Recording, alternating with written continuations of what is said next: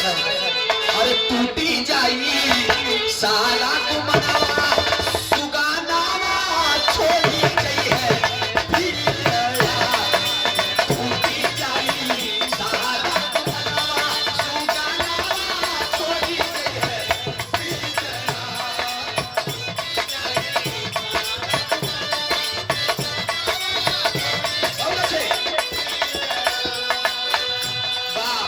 जितना गुमान है सब टूट जाएगा। क्योंकि एक बात मैं कहना चाहूंगा, जमीन छिपाने के लिए गगन होता है, जमीन छिपाने के लिए गगन होता है, शरीर और दिल छिपाने के लिए बदन होता है। जमीन छिपाने के लिए गगन होता है, दिल छिपाने के लिए बदन होता है। शायद मरने के बाद भी छिपाए जाते हैं हजारों गम, इसलिए हर लाश के ऊपर एक कफन होता है। अगले लाइन में क्या कहेगा,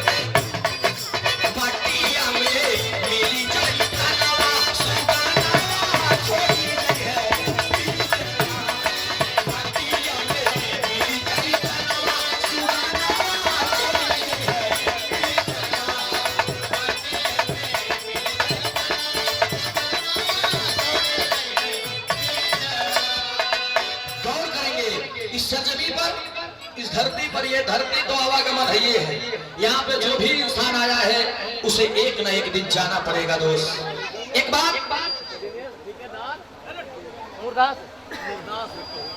और ये सवारी से आप दिनेश ठेकेदार मुदास की धरती से 101 रुपया का पुरस्कार आपके श्री चरणों में कोटि की नमन।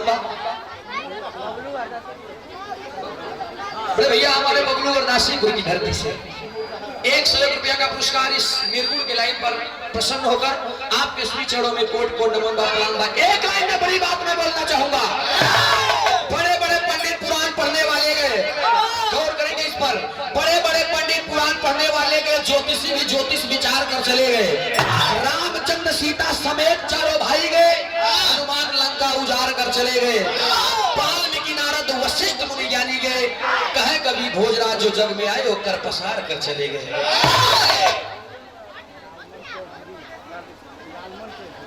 और ये सम्मानित श्री आप लालमन चौधरी आपकी तरफ से इस भाव पर प्रसन्न होकर 51 रुपया का पुरस्कार चाचा जी के श्री चरणों में कोटि कोटि नमन प्रणाम। आशीर्वाद हम बच्चे कला में कामयाब रहे, जहां रहे खुश रहे, आबाद रहे। गौर करेंगे आप, कवि की कलम संकेत करती है कि इस धरती पर अगर सम्मान और रिश्ता है तो एक बात नोट कर लीजिएगा, केवल स्वार्थ से, मात्र स्वार्थ एक दूसरे के पीछे जुड़ी हुई है। स्वर्ग और नर्क कहीं दूर नहीं बा, यही जे बात स्वर्ग और नर्क के कैसे फैसला हुई, कैसे फैसला हुआ, एक लाइन अंतरे में कैसे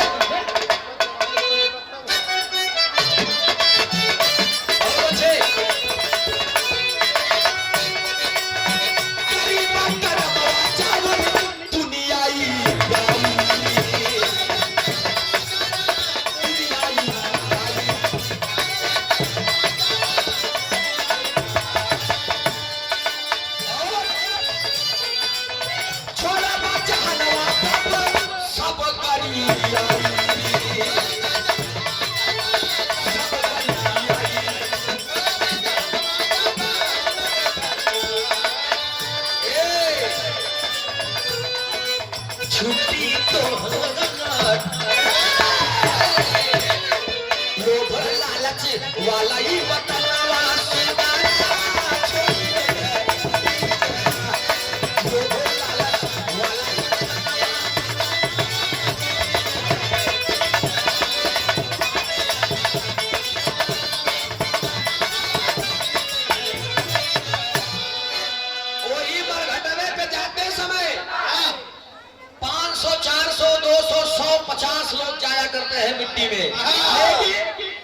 जब मिट्टी में मिट्टी फुकाए लगी तो 4-4 5-5 मनई के गोल अलग हो जाई, गोल अलग हो जाई। सुरती ठोका समय चर्चा हुई, फलाने बहुत अच्छा रहे।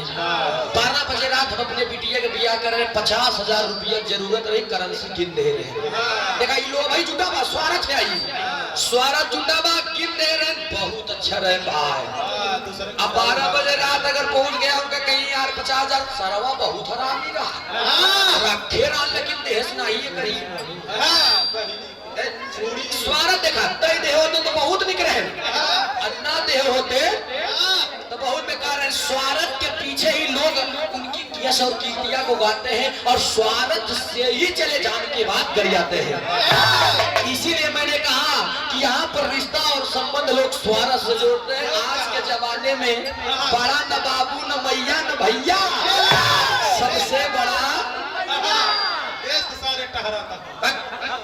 पैसा करता बड़ा कमाल, पैसा बदले सबके चाल, पैसा सास ससुर और जीजा सबसे कहवा वही पैसा। लेकिन ध्यान देंगे दोस्त, इसीलिए कभी की कलम संकेत करती है कि इस जहां में आए हैं ना ही कुछ लेकर के आए हैं और ना ही कुछ लेकर के जाएंगे।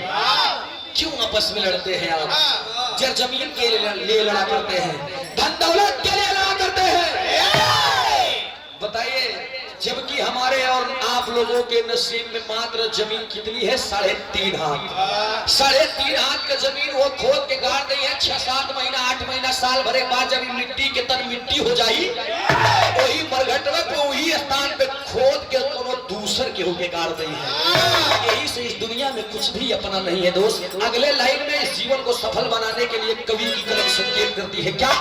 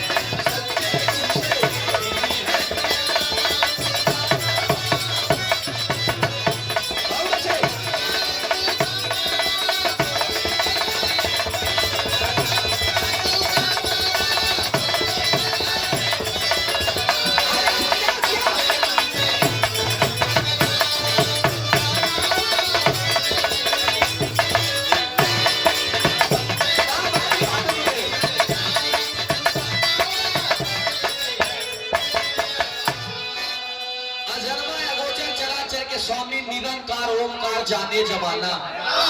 अजन्मा गोचर चराचर के स्वामी निरंकार ओमकार जाने जमाना। आदि अनादि अजर और अमर है, अपर में निरूपम सनातन है माना। उस गुरु की जब सच्चे गुरु से मुलाकात होगी, उससे दुनिया की सच्चाई पता चलेगी। यही से कवि ने कहा है, हर इंसान अपने हाथों से 3.5 हाथ का हुआ करता है। गौर करके हमारे इस बातों पर सुनो। हर इंसान अपने हाथ से 3.5 हाथ का हुआ करता है और बीता से 7 बीता के।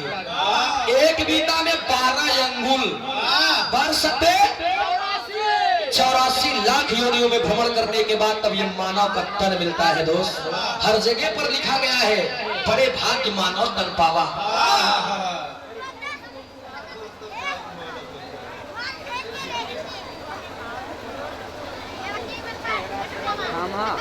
और ये हमारे हृदय के गार्जियन बिरहा मीडिया प्रभारी श्री कमलेश्वर मां चाचा जी, आप की बदौलत आज आप लोगों से दीदार हुआ।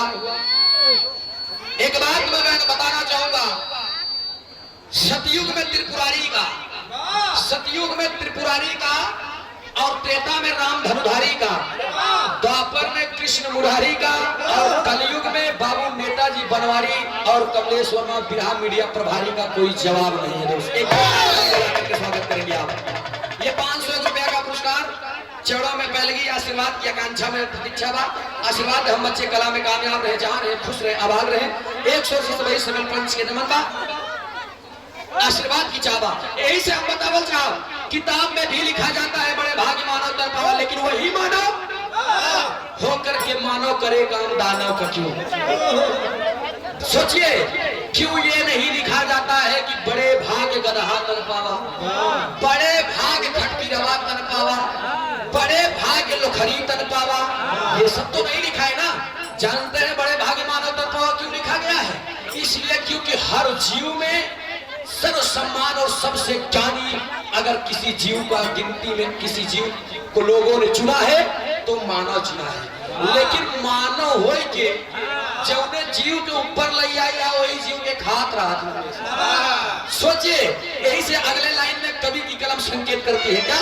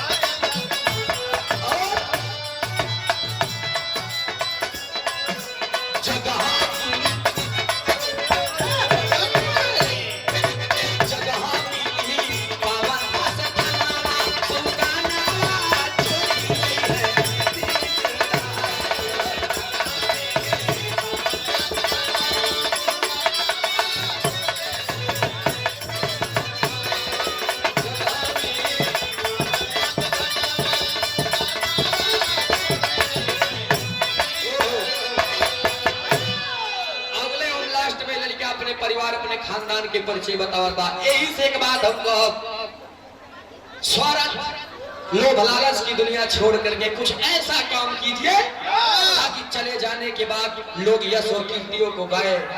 बाकी दुनिया में कुछ बात नहीं, इंसान चला जाता है कीर्ति अमर होती है, इंसान चला जाता है कीर्ति अमर होती है, और साली गुजर जाने के बाद तब जल की कदर होती है। लास्ट लाइन में कहना पड़ा फिर सुषमा सरगम जी के नंबर।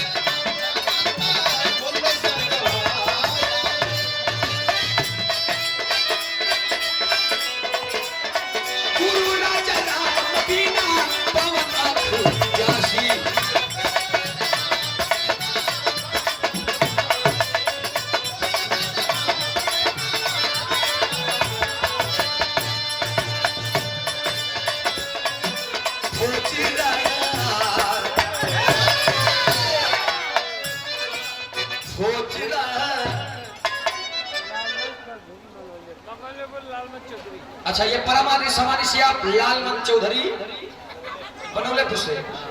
51 रुपया का पुरस्कार आपके श्री चरणों में कोटि कोटि नमन प्रणाम बाबा जी के साथ साथ सभी लोगों के नमन प्रणाम कहेगा। अरे भोज रात सूरज के